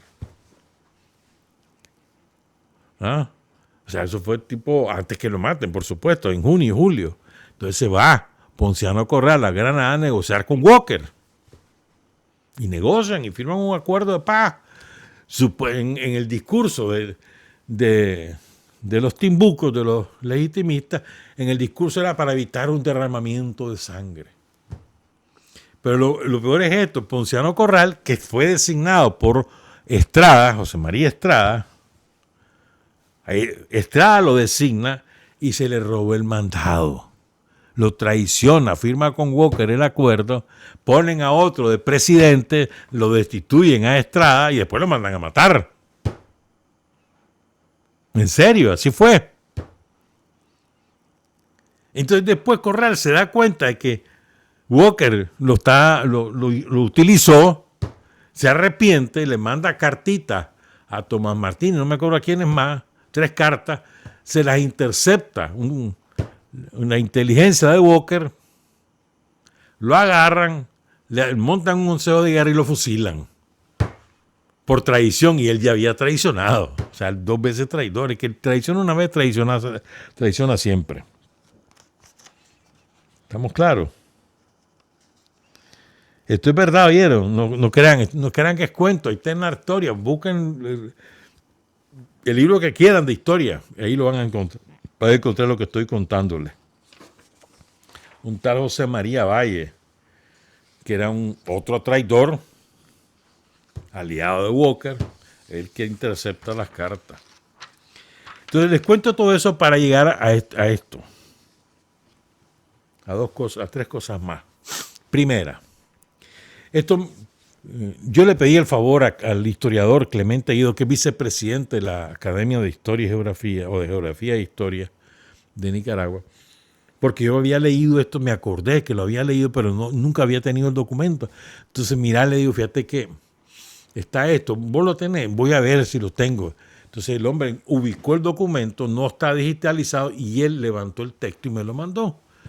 Clemente Guido, a quien se lo agradezco públicamente. Esto fue la semana pasada.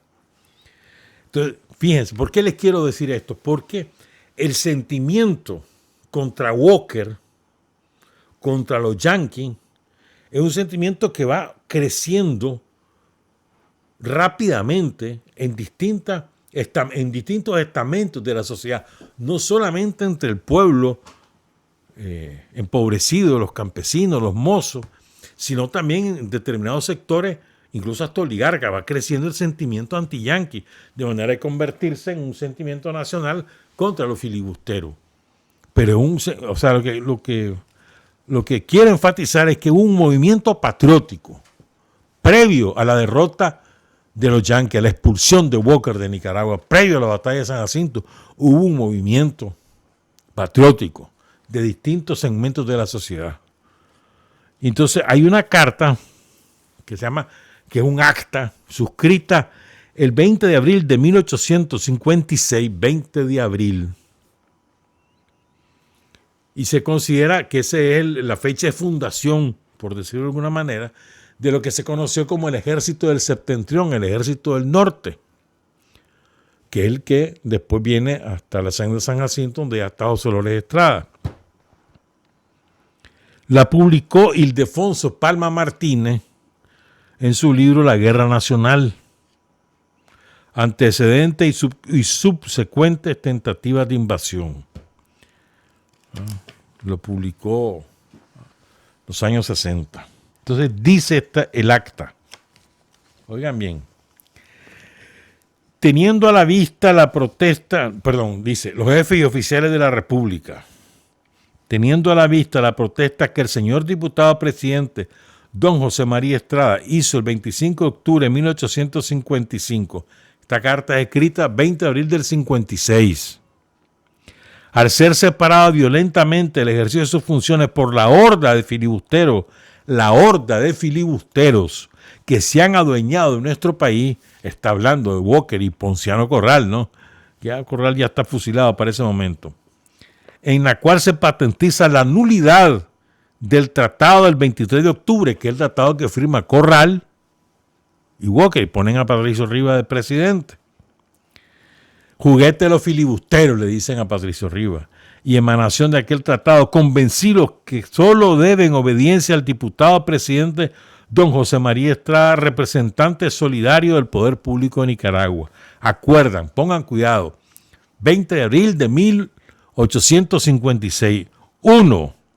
No reconocer más gobierno que el legítimo de la República, representado en la persona del diputado presidente don José María Estrada, por ser nulo el tratado de 23 de octubre de 1855 y por consiguiente el gobierno con Patricio Rivas emanación suya, que después hubo que inventar las elecciones y se autoproclama presidente de la República y decreta el esclavismo, ¿no? Ahí en el 56. Bueno, sostener, artículo 2, quizás el más importante. Sostener hasta derramar la última gota de sangre al gobierno legítimo de la República y la independencia nacional. Mientras el señor diputado don José María Estrada ingresa a los pueblos de la República, porque está exiliado en Honduras, ejercerá el poder ejecutivo el señor diputado de la Asamblea Constituyente don Fernando Guzmán, que después fue presidente de los 30 años conservadores, a quienes dará posesión cualquier autoridad constitucional de la República. Mientras el jefe de gobierno designe al jefe que debe mandar al ejército, se proclama general en jefe al general de brigada Fernando Chamorro, y después Estrada nombra a Ponciano Corral, a quien se encomienda la conservación del orden en los pueblos que ocupan esta división. Los infrascritos juran sostener el tenor de esta acta hasta morir, ¿no? Y firman a los 20 días del mes de abril del 56. ¿Quiénes firman? Fernando Chamorro, José Dolores Estrada, que ostentaba el rango de teniente coronel, Chamorro tenía el rango de general de brigada, capitán Miguel Herrera, capitán Modesto Boniche, capitán Patricio Centeno, uno de los grandes jefes militares de la batalla de San Jacinto, capitán Pedro Castillo, capitán Francisco Lanuza, capitán Bartolo Sandoval, capitán Eulogio Morales, capitán Joaquín Zavala y 27 oficiales más. Esto es precedente de la batalla de San Jacinto. Es importante, es un antecedente importante. En 1856, recuerden que el factor militar clave que permite la derrota de los filibusteros se llama Flecheros de Matagalpa, no se nos olvide, ¿verdad? Un artículo de un antropólogo ulúa que se llama Paul Cruz, bueno, en idioma ulúa, Wanapku, escribió brevemente sobre los flecheros, me parece muy bien escrito. Dice Paul Cruz, o Wanapku. En septiembre de 1856, tras el combate de la hacienda San Jacinto del día 5, eso escribió Clemente un artículo, la batalla del 5 de septiembre, que es importante, ahí sale herido el capitán Carlos Alegría, a ver si nos da tiempo y hablamos un poquito de eso después. Entonces, el coronel José Dolores Estrada sufrió algunas bajas frente a los filibusteros de William Walker.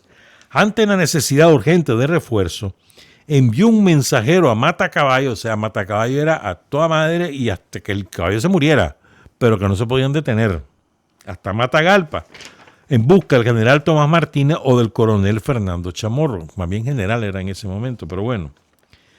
Sin embargo, Martínez estaba en León negociando con Fernando Guzmán la paz con los legitimistas, perdón, con los demócratas, para enfrentarse a Walker después.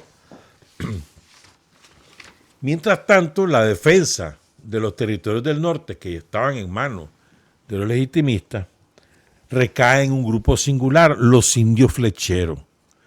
Los indios flecheros habían llegado de las comunidades de Yúcul, Matapalo, Yacica y Jucuapa. Yacica, para darte una idea, Yacica, bueno, el río Yacica, ¿no? Que forma la cascada, ¿cómo que se llama esta cascada? Ya me olvidó. La que queda rumbo al Tuma La Dalia. Hay un restaurante ahí, es privado de eso ahora. Bueno, esa es la zona de Yacica.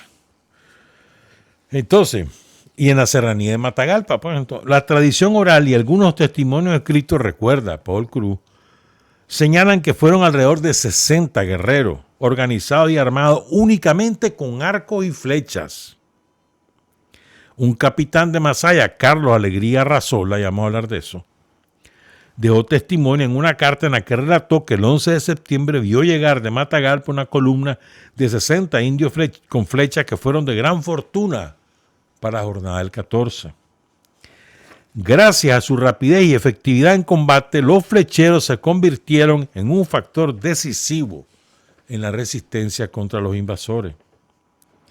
El parte de guerra de José Dolores Estrada, conservador de pura cepa, clasista, hay que decirlo, aunque sea héroe nacional, no mencionó ni la acción de los flecheros, ni la de Patricio Centeno, que es el que ataca por la retaguardia a los filibusteros, y ambas cosas son las que una operación pinza, el factor decisivo que es la incorporación de los flecheros, su combatividad, su audacia, su arrojo en el combate y la habilidad de Patricio que atacar por la retaguardia. Esas dos cosas son decisivas para la victoria en San Jacinto, y José Dolores Estrada no menciona ninguna de las dos cosas.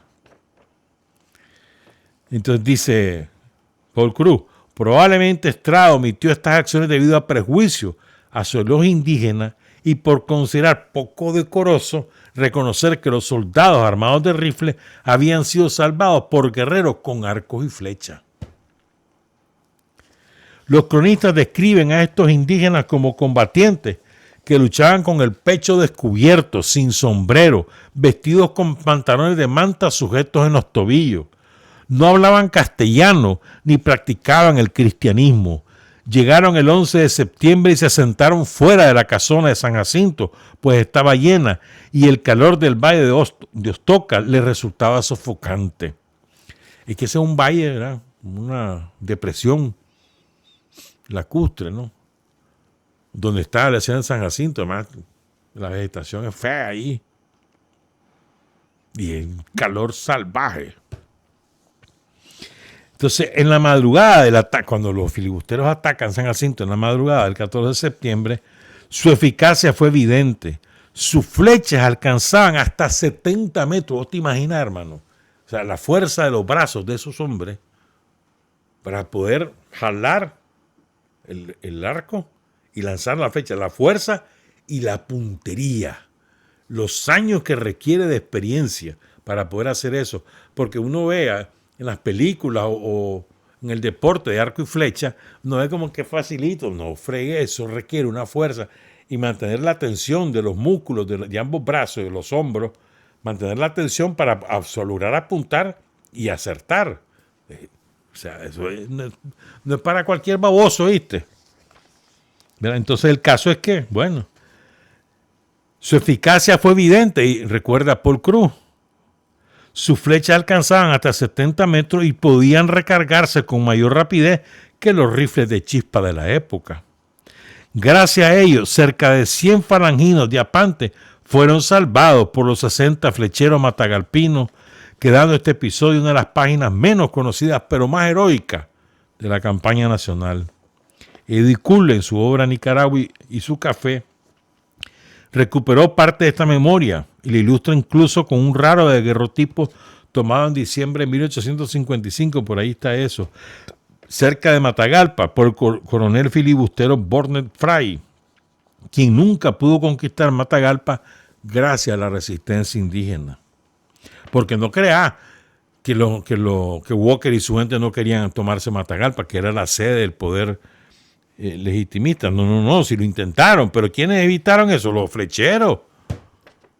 Los derrotaron, no pudieron tomarse Matagalpa. El gesto de los flecheros de Matagalpa demuestra que la victoria de 1856 no fue solo fruto de las armas de fuego ni de los mandos militares criollos, sino también de la valentía de los pueblos originarios que con sus arcos y flechas defendieron la soberanía de Nicaragua. Los indios flecheros, hermano. Entonces, Carlos Alegría era un oficial legitimista, originario de Masaya. Ahí nació en 1831. Carlos Alegría Montenegro se llamaba. A los 20 años anduvo con Garibaldi, imagínate, otro día te cuento eso, con Giuseppe Garibaldi. A los 25 años se incorpora al ejército del Septentrión. Cuando, después de la batalla de San Jacinto, Tomás Martínez lo nombró gobernador militar del departamento de Chontales. En ese tiempo Acoyapa era la cabecera municipal de Chontales, no Juigalpa. Renunció 3 años después fue alcalde de Masaya, pero crió 10 hijos, con María del Carmen Montenegro, murió en Masaya en 1911, y casi por cumplir los 80 años. Ya era general para ese entonces. Entonces este hombre escribió, ¿verdad? Un testimonio de lo que pasó en San Jacinto. Es extenso. No hay tiempo ya para leerlo todo, pero sí quiero leer una parte esencial, pues.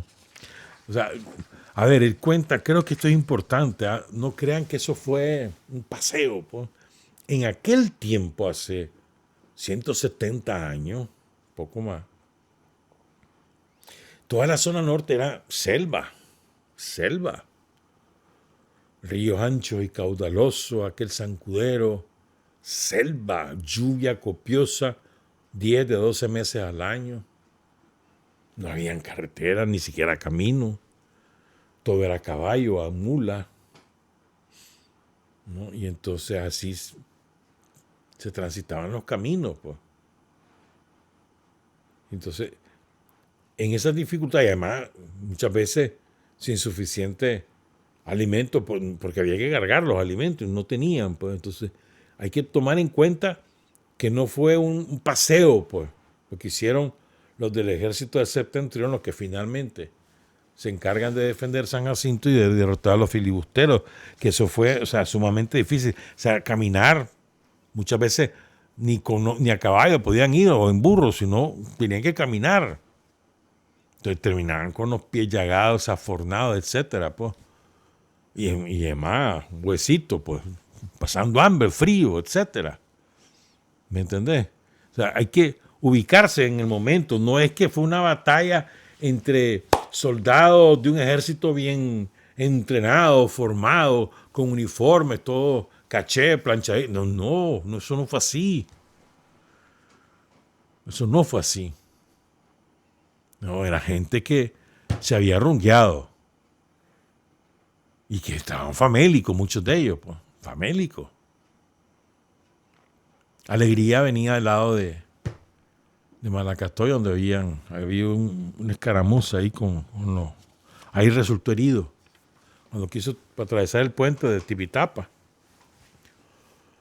Y ahí lo hieren. Y así herido, Carlos Alegría, así herido, se suma a las fuerzas patrióticas contra los filibusteros, herido.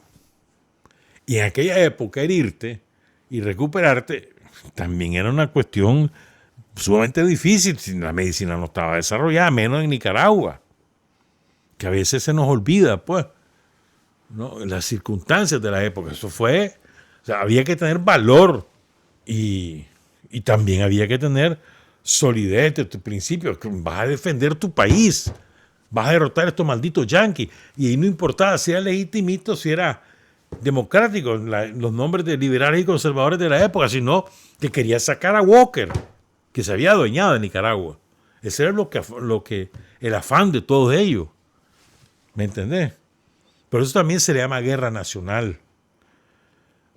Y quiero repetir esto para que entendamos, pues, o sea, que lo heroico que es la victoria de ese contingente de 160 con los 60 flecheros, lo heroico que es que son gente que viene cachimbeada, haber cruzado a pie o a caballo todos esos kilómetros y kilómetros de selva, de roca, de hambriado, mal vestido, mal armado.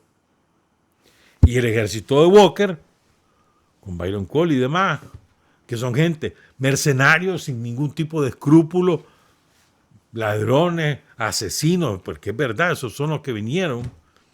Asesinos, ladrones, delincuentes, violadores, pero bien armados, bien comidos, porque además robaban por todos lados y se hartaban lo que querían.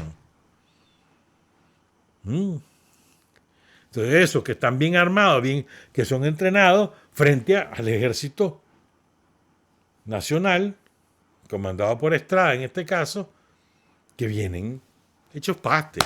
pero van a derrotar a los filibusteros. Y el factor desequilibrante es cuando llegan los flecheros a reforzarlo después de la batalla del 5 de septiembre.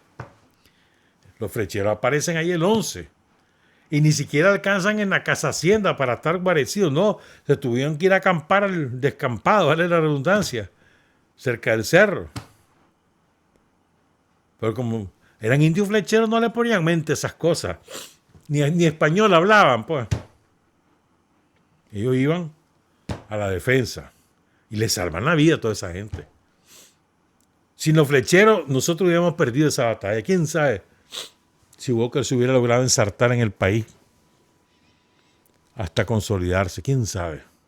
Sin los flecheros, no ganamos esa batalla. Y sin la hábil maniobra que hace Patricio Centeno, poco reconocida en la historia, pues, pero bueno. Ya no. Yo les he resumido todo esto, pues, ¿por qué? Porque es muy largo y ya no da tiempo, pues, de contarles todos los detalles. Solo les voy a contar esta. Pongan cuidado en esta, dice. A ver, ¿qué hay? ¿Por dónde empiezo? Esta parte. Como el coronel Estrada, sobre seguro, era el primero que debería encontrarse con los yanquis en los llanos de Tipitapa, se nos proveyó la tropa que tenía su fusil de piedra con 4 tiros. 4 tiros llevaba cada uno de la tropa. 4 tiros. Como aguerridos y sufridos veteranos se les mandó a dar bestia a todos los falanginos de la Tande, factores principales de la acción de San Jacinto, aunque pequeño dio grandes resultados. Salimos de Matagalpa en número de 60. En la marcha se empezaba a notar carácter. Ya no aterraban las exageradas noticias del arma civilizada de Walker. Siempre alegres, cantando y en camino directo fuimos para Tipitapa. Atravesamos Chocoyo, el pueblo se llamaba Metapa, pero le decían Chocoyo porque esa zona era de abundancia de chocoyo, que todavía sobreviven algunos. Vas por esa zona en la carretera y ves la gente que se sale a vender chocoyo, verá que es una barbaridad, pero bueno. O sea, atravesaron todo eso, chocoyos, y llegan a San Jacinto el 29 de agosto de 1856 a las 5 de la tarde. De nuestra llegada ahí, al amanecer del 30, se empezó a avisar a los amigos vecinos. En la tarde de ese mismo día, por orden general, fue nombrado el capitán Alegría, que es el que hace este testimonio, oficial expedicionario para pasar a Panaloya, regresando por Tipitapa, pidiendo y buscando informes en cada punto de la fuerza y situación de Walker, expedición que motivó la acción de San Jacinto. Al rayar el sol el 31 de agosto salió de San Jacinto con 12 hombres y el oficial Bartolo Sandoval, el loco. Pasamos esa noche en una casucha a la orilla del río Tipitapa, contigua al Paso Real del lado norte. Allí, de otras cosas, fuimos informados que una piragua de don Hilario Selva, en ese tiempo, el río Tipitapa no solo era navegable, sino que ahí se iba a Granada, que pasó una piragua que venía de Granada, había pasado el día antes a Pasquier a cargar Brasil, a cargar municiones. A las 6 de la mañana íbamos en camino río abajo, 1 de septiembre, en busca de la embarcación cuya marina, mejor que nadie, nos daría noticias frescas de cómo se encontraba la plaza de Granada. Como a 2 leguas y media, estamos hablando, son como 12 kilómetros, la encontramos y el oficial Sandoval no le fue desconocido, solo de los 10 marineros que llevaba, puesto que había sido tantos años capitán de varias embarcaciones, o sea que reconoció a todos los que iban en la piragua. Entonces reclutan gente y se van rumbo para San Jacinto, ¿no? Y allí cuando pasan por el puente real, cuando quiere cruzar el puente de Tipitapa, es cuando atacan los filibusteros y lo hieren, pues, a Carlos Alegría. Oigan esto, miren, esta parte final, ya nos vamos. Dice que una vez que le informa a la comisión, fíjate bien, agarran preso a un yanqui, lo agarran preso, él está herido, lo agarran preso, sí, y llegan a San Jacinto con el preso, ¿verdad? que iba, este yanqui era un tipo bien parecido, vestido militar, montado en una mula alazana. Lo captura Alegría, le quita su fusil, ¿verdad? Y lo llevan, pues. Y él llevaba, este gringo llevaba una nota, oigan esto, ¿verdad? Decía en español: Granada, 29 de agosto, a la orden del coronel McDonald llevará usted la comisión de preparar forraje para las tropas que marchan a los llanos de Tipitapa, firmado por Walker. ¿Ya? Entonces llegaron a San Jacinto, el preso, se niega a contestar ninguna pregunta, y entonces cuando lo ven, el resto de soldados en San Jacinto, los flecheros no han llegado, estamos hablando de los soldados, lo ven llegar al prisionero yanqui, la gente se puso furiosa. ¡Mueran los filibusteros!, gritaban. Había gran ánimo, pues. ¿Verdad? Y dice el capitán Crescencio Urbina, dice que tal vez solo yo lo recuerdo, dice el capitán Alegría, fue el primero que a voz en cuello dijo: Coronel Estrada, José Dolores Estrada, hay una necesidad de fusilar a este yanqui para probarle al tirano Walker que nosotros no entendemos de correr las tempestades. Es importante el estado de ánimo que había en esa gente, que se fue construyendo a lo largo del tiempo. No fue que de pronto nació que un grupo de gente llegó para dar la batalla. No, se fue construyendo este sentimiento anti-yanqui, antifilibustero. ¿Verdad? Entonces, oigan, les cuento más cosas, pues. En el acto, el coronel reunió a los principales oficiales y estuvieron presentes Patricio Centeno, Crescencio Urbina, José Luis Cor, el ingeniero Jarquín, Carlos Alegría, Bartolo Sandoval y Dolores Chiquitín. Entonces la división puso una nota de instrucciones que llevamos del general en jefe a manos del capitán Urbina, quien es yo, que el coronel Estrada debía excusar todo encuentro con los yanquis, que en todo caso le prohibía entrar en acción de guerra con ellos, a no ser que le cortaran la retirada. Aquí dijo, agitando la mano Urbina: esta guerrilla, coronel, va a ser el azote de los filibusteros y sería un descrédito equivalente a una derrota, volver un paso atrás. Después de haber desafiado a Walker, hay que morir aquí. Eso le dice Urbina a Estrada, que andaba, no, hombre, no ataquemos a nadie, solo que nos quieran quitar la retirada, pues nos defendemos. Espérate, le dice aquel, no, espérate, eso no es así. Nosotros vamos a hacer el azote de los filibusteros y vamos a quedar como cobardes, desacreditados, si nos echamos para atrás. Si ya venimos aquí, hay que morir. Le dice este capitán, no hay que olvidar estos nombres, el capitán Urbina. Y viene el capitán Alegría y le dice: señor coronel, vamos empezando la lucha. Demos por cortar a retirado sitiado en esta hacienda para romper la línea. Ya no regresemos. Hoy con ese piquete estuve en el puente de Tipitapa. Allí encontré a los filibusteros. Le hice y me hicieron descarga. No los perseguí porque me quitaron las tablas del puente desmantelando las vigas. Si he podido pasar allá, estuviera esperándolo. ¿Ah? O sea, tan diciendo él: espérate, Estrada, que es la cosa, no, hombre, aquí vamos a pelear, vamos a morir, hasta morir contra Walker, pues. Y el Bartolo López, oigan qué bueno lo que les dice, ahí en ese mitin con Estrada: de más estaba hablar para mí y hoy me daba pena regresar con Alegría del puente. No me consulten nada, de aquí vamos hasta Granada, que era la sede del poder. Ahí estaba Walker instalado, por eso es que la quema cuando comienza a perder por todos lados. Entonces, otro oficial, un capitán, el capitán Cor, dice: estoy más cerca de mi casa y del cielo, solo a esas dos partes iré. Repito, o sea, la bravura, ¿no? El ingeniero Jarquín, que murió en esa batalla, dice: voy donde ustedes vayan. Entonces el coronel Estrada toma la nota de Urbina, la levanta en voz alta, y ya se animó el hombre. No nos volvemos de aquí, pero no seré yo quien dé el parte de la derrota. Ustedes son jóvenes y se avergonzarán siendo además responsables si no cumplen con su deber. Y así fue, hermano. Y así fue. le dio la vuelta, llamó al jefe del día, que era el capitán Cisne, le decían Boca de Blodia, y le dio la orden que fusilara al Yankee sin gastar más que 4 tiros. Y fue fusilado el maldito Yankee ahí. Así le escuchó el clamor a los soldados.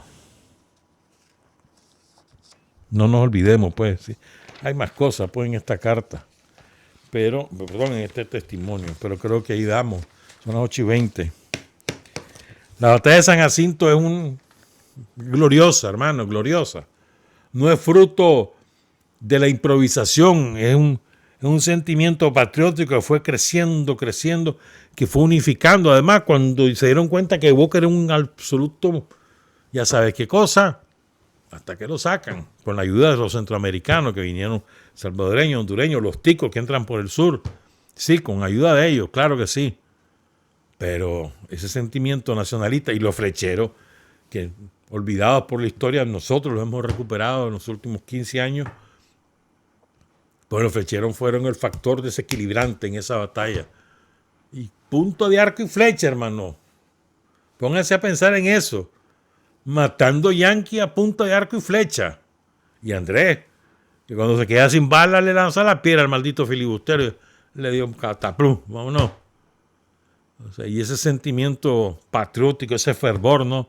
Aquí morimos, mano, pero ya para atrás no vamos, hasta tomar Granada. Y al final así fue, hermano.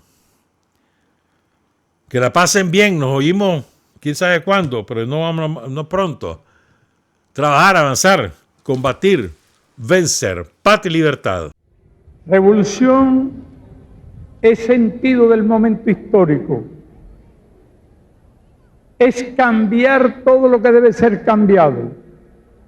Es igualdad y libertad plenas. Es ser tratado y tratar a los demás como seres humanos. Es emanciparnos por nosotros mismos y con nuestros propios esfuerzos. Es desafiar poderosas fuerzas dominantes dentro y fuera del ámbito social y nacional. Es defender valores en los que se cree al precio de cualquier sacrificio. Es modestia, desinterés, altruismo, solidaridad y heroísmo. Es no mentir jamás ni violar principios éticos. Es convicción profunda de que no existe fuerza en el mundo capaz de aplastar la fuerza de la verdad y las ideas. Revolución es unidad, es independencia, es luchar por nuestro sueño de justicia para Cuba y para el mundo, que es la base de nuestro patriotismo, nuestro socialismo y nuestro internacionalismo.